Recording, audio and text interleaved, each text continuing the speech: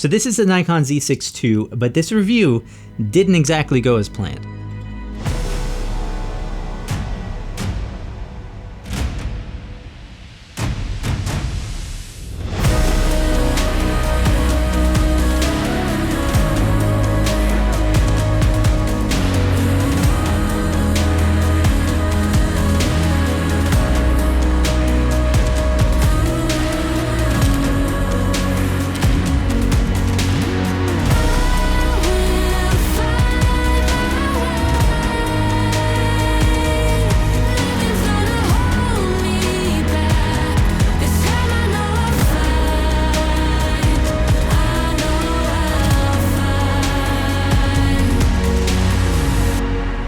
I'm sorry, this just doesn't feel right. So all of that probably looked like a typical review from my wife and I. In fact, on the outside, it looked like things were going pretty well, but the BTS actually tells a completely different story, because when this camera first came out, there were a couple key areas of improvements that we wanted to test, and one of them was the autofocus system, especially how it handled with portraits and IAF and tracking.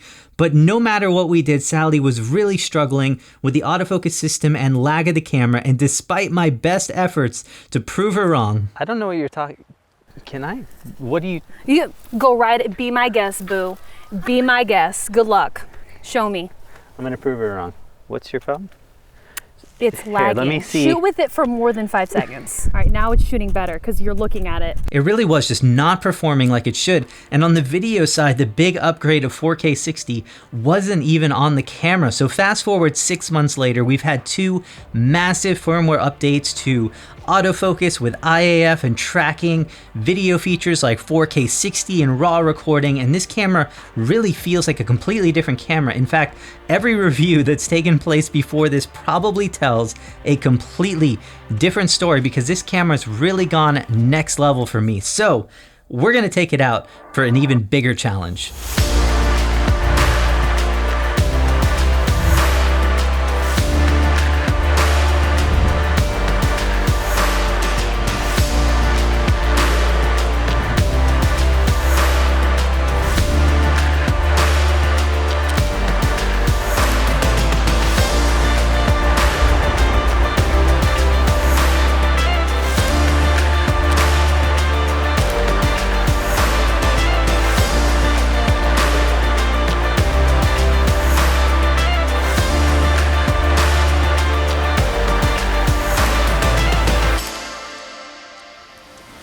So this is it, the Z6II, and here's what's new with it right now.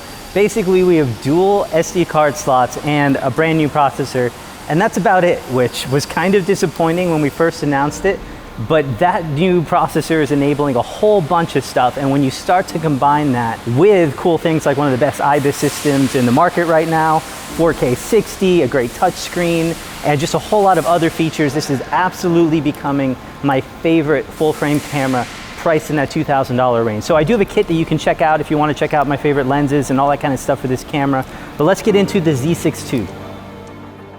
The hardware of this camera, it's just one of my favorites to date. I took the original Z6 out to Iceland about 2 years ago, and it got blasted with waterfalls and just crazy winds, and everything that we put this thing through, it held up amazingly well. Some of the hardware features that other cameras do not have is a top screen on this. You can actually see some settings from that. It also has a larger 3.2-inch screen on it.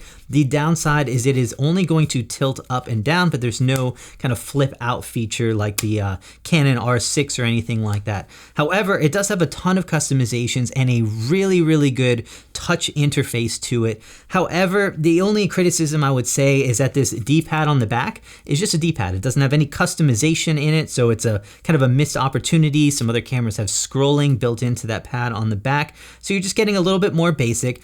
Thankfully upgraded with this camera, we do have 2 card slots. Now, some people might see this as a negative, but I see it as a positive. One of the card slots is going to be SD, and the other one is going to be XQD or CF Express Type B. And I really love that because these new CF Express type cards are insanely fast, just insanely fast.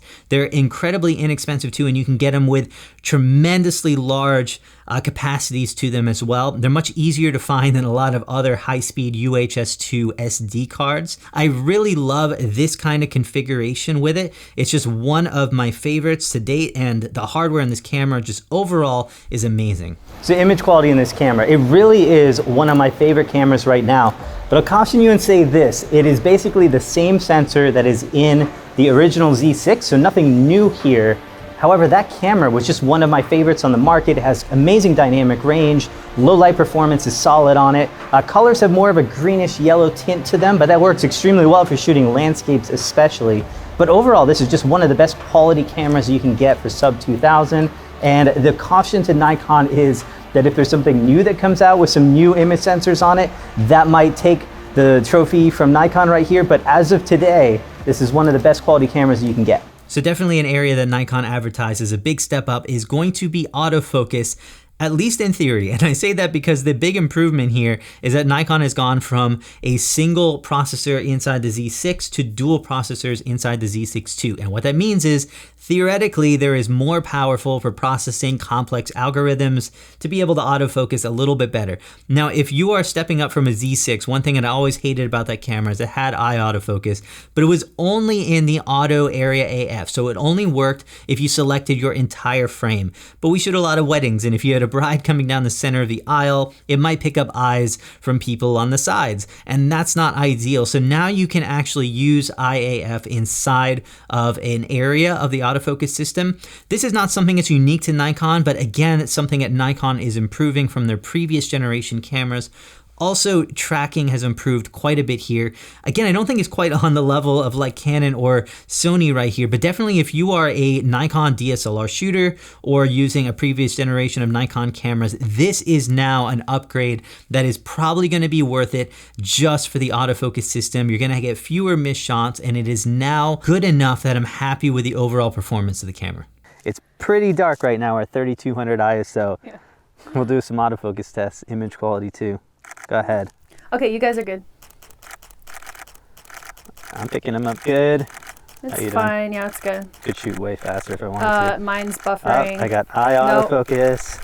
Mine was picking her up. Nope. Perfect. So the camera will handle 12 frames per second at 14-bit RAW, which sounds pretty good for a sub $2,000 camera. But one thing you should keep in mind is that that did slow down quite a bit if you're using continuous autofocus, especially if you're tracking a subject. Moving towards or away from you can really slow things down a bit.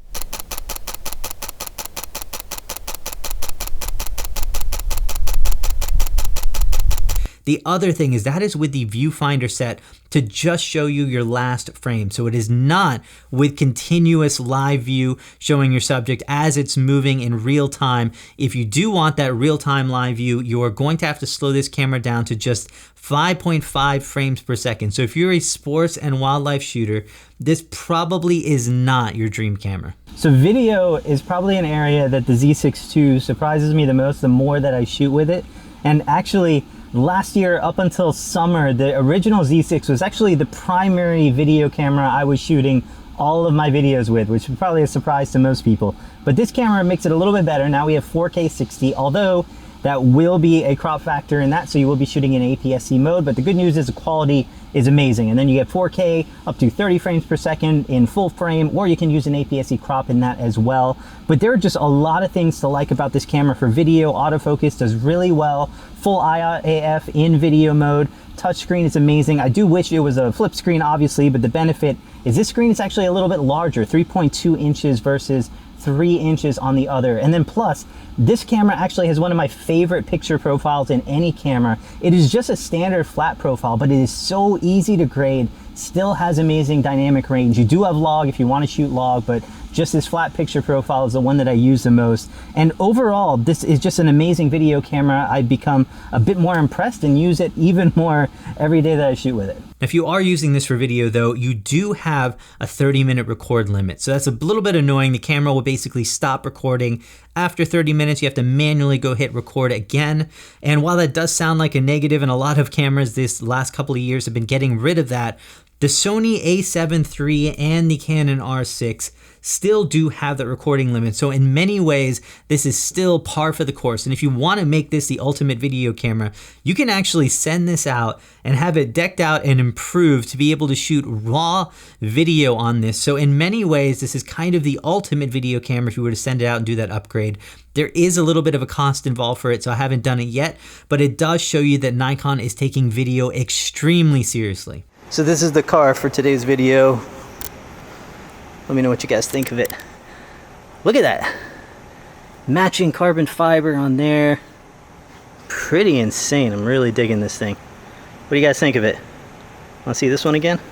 So probably one of the biggest questions is, should you actually buy this camera? And the short answer is absolutely. This is an incredible camera from Nikon in just about every way, and especially if you're a current Nikon shooter, either upgrading from a DSLR or an APS-C camera on here and want something full frame. This is an absolutely amazing camera overall for photo and video. That said, two areas that I would probably caution you in. One is Nikon's lens lineup is definitely a bit more limited, especially compared to Sony, and especially more on the telephoto side of things. That said, virtually every lens that I would personally use is available for this camera on here, including some really cool lenses like this 14-24 f2.8. Look how compact this is. It still holds front filters on it, 82 millimeters. So Nikon is definitely doing some really cool things with their lens. But also, this was not a massive upgrade. So if you're flexible on what brands you have, I do expect there to be some big upgrades for a lot of cameras this year that can probably blow this camera away. In fact, even the Canon R6, which is pretty close in price to this, has a lot of advantages to the Nikon Z6II. However, I do believe that as of now, this is the best full frame camera on the market, and it's gonna be a great camera overall for a long time. So definitely let me know if you have any questions though on it. I'll have some links for the kits that I would use and lenses and my favorite gear for this camera as well. If you have any comments on them, I love checking them out down below. Feel free to hit me up on IG too. That's where I'm posting all of the cool things that I'm doing with these cameras itself. So hope you guys are doing amazing. I'll talk to you soon in a new video.